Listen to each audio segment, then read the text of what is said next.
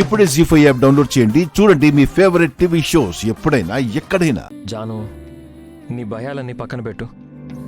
ఎలాంటి సమస్యలు వచ్చినా చూసుకోవడానికి నేనున్నాను. మీ అక్క గురించి ఆలోచించి ఒక పక్క వివేక్ జీవితాన్ని, ఒక పక్క నీ జీవితాన్ని చెడగొట్టుకోకు. మిత్రగారు నన్ను అసహించుకుంటున్నందుకు బాధపడాలో, నా చెల్లి జీవితం గురించి ఇంతగా ఆలోచిస్తున్నందుకు సంతోషపడాలో నాకు అర్థం కావడం లేదు.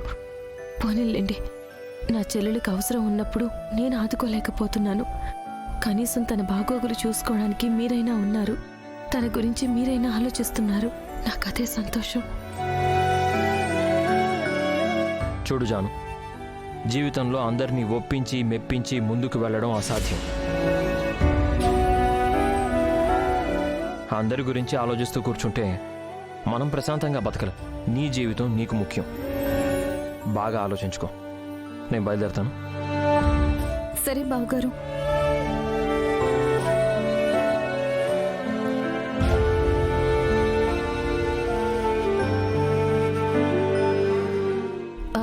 నేను కూడా బయలుదేరుతాను జాను.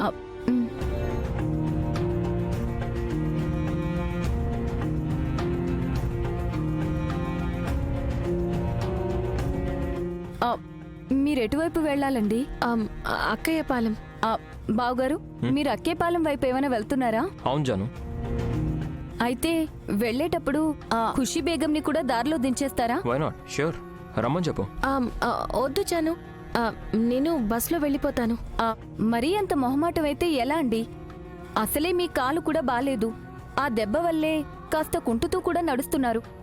ఈ టైంలో బస్సులు, ఆటోలని వాటి కోసం ఎలా పరిగెడతారు?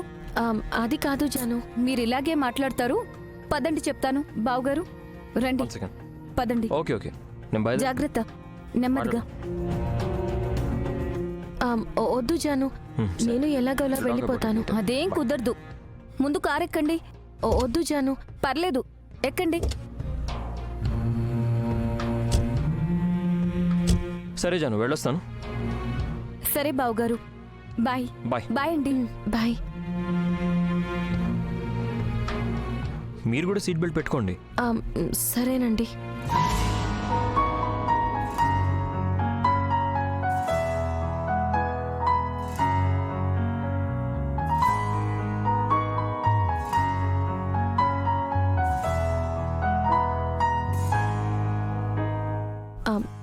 ఏంటి అండి, ఏంటి అలా చూస్తున్నారు?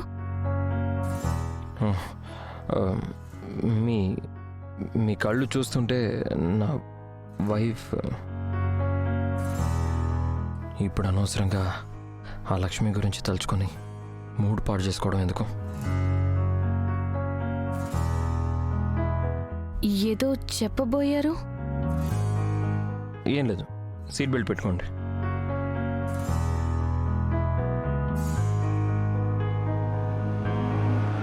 జీ5 యాప్ డౌన్లోడ్ చేసి అన్ని ఎపిసోడ్స్ పూర్తి ఉచితంగా చూడండి.